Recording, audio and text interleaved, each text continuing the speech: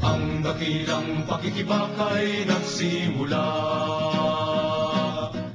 sa napawis na nagpupunla at gumagawa na ngayon nagpasyang lagutin ang tanikala.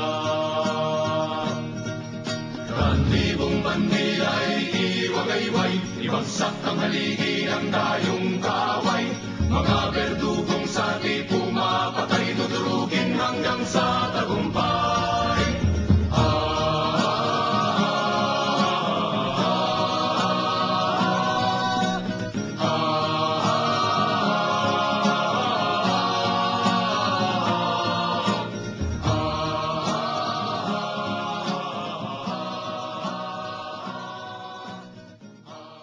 This was the darkest period in the history of the Philippines.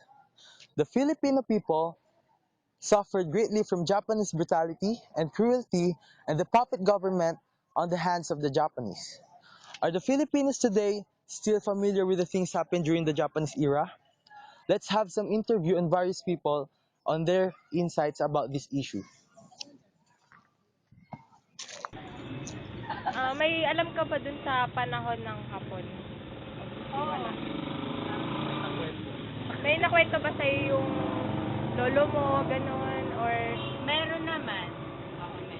ano yung mga nakwento nila sa'yo?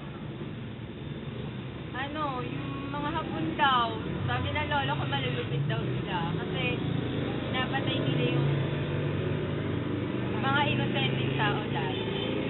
Okay, so, may isa pa kaming question.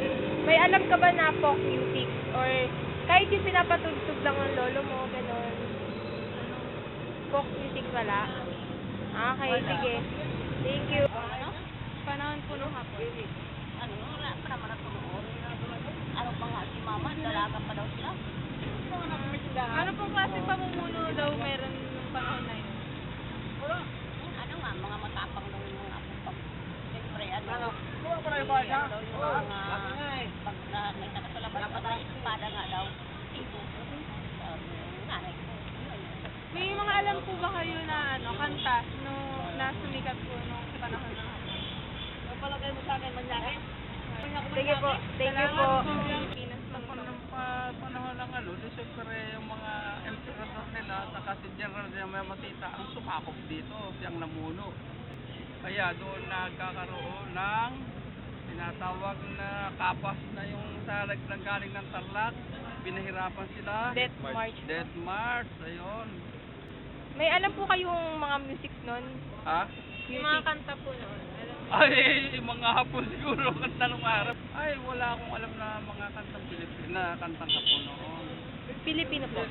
Kantang Filipino po na. Wala akong alam dyan. Sige po. Salamat po. Under their rule, the Japanese imposed their own music on the country. Japanese music was heard daily in radio broadcasts. Their songs were also taught in public schools. Students, however, never took these songs to their hearts. During the Japanese invasion in the Second World War, American forms of entertainment were banned along with the suppression of American values. The Japanese branded American culture as decadent while concealing its own agenda of economic and cultural expansionism. With this, a pro-Filipino virtue was promoted side by side with a pro-Japanese virtue, and songs were one important medium to disseminate these values. During the Japanese occupation in the Philippines, their music has different characteristics. Among these are pentatonic, monophonic, rhythm, and tempo. Pentatonic is a musical scale or mode with 5 notes per octave, in contrast to a heptatonic or 7-note scale, such as the major scale and minor scale. Monophonic music is a music consisting of a single vocal part, usually with accompaniment.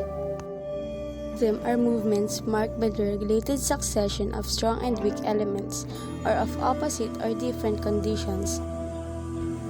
Tempo is the speed or pace of a given piece. It is a crucial element of most musical compositions as it can affect the mood and difficulty of a piece. There were three forms of music that were prominent during the Japanese era. Among these are orchestra, symphony, and musical march. Orchestra is a large instrumental ensemble that contains sections of string, brass, woodwind, and percussion instruments. Symphony is an extended musical composition in Western classical music scored almost always for orchestra. A symphony usually contains at least one movement or episode composed according to the sonata principle. Musical march as a musical genre is a piece of music with a strong regular rhythm, which in origin was expressly written for marching to and most frequently performed by a military band. During the Japanese era, New Philippine Symphony, the first all-Filipino orchestra, was organized.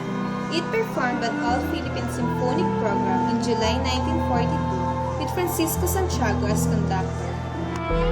In 1945, the Manila Symphony Orchestra was reorganized by Dr. Herbert Zipper. Filipino musicians performed for American soldiers at the post-liberation army camps as well as for the American friends and visitors.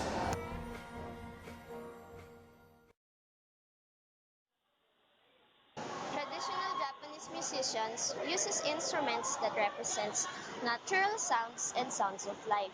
Percussion, wind, string are the main types of Japanese instruments. Let us have a closer look on these instruments. Koto is a traditional Japanese string musical instrument. It is the national instrument of Japan. Koto is about 180 centimeters in length and made from kiri wood. They have 13 strings that are strung over 13 movable bridges along the width of the instrument. Shakuhachi is a Japanese end-blown flute. It was originally introduced from China into Japan in the 8th century. Shakuhachi is traditionally made of bamboo, but version now exist in ABS and hardwoods. The instrument is normally tuned to the minor pentatonic scale. Shamisen, also called sangin, is a 3-stringed Japanese musical instrument played with a plectrum called bashi. The shamisen is plucked string instrument. Its construction follows a model similar to that of a guitar or a banjo, with a neck and strings stretched across a resonating body. Taiko means drum in Japanese, etymologically great or wide drum. Outside Japan, the word is often used to refer to any of various Japanese drums and to the relatively recent art form of ensemble taiko drumming. The performances can last between 5 and 25 minutes, which means the performances will speed up significantly towards the grand finale. The Philippines suffered great loss of life, tremendous physical destruction, and fear from the brutality of Japan during its occupation. It is the reason why their desire to propagate their language and culture was a failure. However, not much has been written about music in the Philippines during the Japanese period. It was about 1941 to 1945. Perhaps the bitterness and animosity associated with the said regime had prevented musical historians from pursuing research along this area. On the brighter side, music making remained a popular pastime in homes during that era. Families sang and played musical instruments to entertain themselves. All this proves that even during turbulent times, Filipinos' love of music could never be suppressed.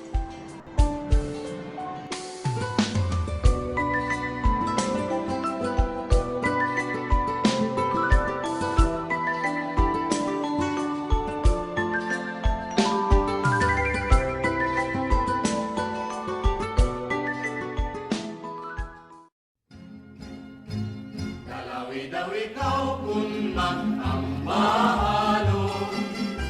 Yung mong balahion may pinalaybay, duhang larawan mo sa dalang buhanon.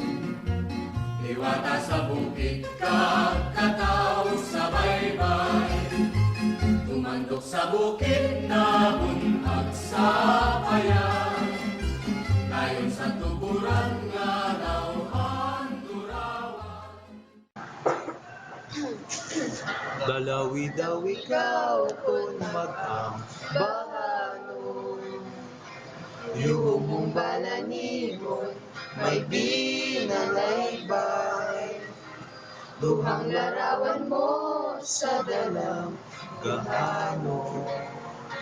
Diwata sa bukid, kagkataw sa baybay, tumandok sa bukid na bunhag sa payan, ngayon sa tuburan nga dawhan durawan. Tubig nagatigay sang imo kaanya, kagnangin sa lamig, hublas mong larawan. Diwata sa talon bulak na ilahas sa kapalaran, nga daw kapasipan at libang ba, lamang labing makas, isulot sa kayo sinangsipan. Sadtong kagabiwan nga puno, hinaya sa isang payag kita nagsumpaanan. Dito na pinanggas ang dili malaya, putingan dumanan, sanggog mong panganay. Sadtong kagabihon nga puno, himaya sa isang payag kita nagsumpaanan. Dito ta pinanggas ang dili malaya, putlingan dumanan, sanggog mong panganay.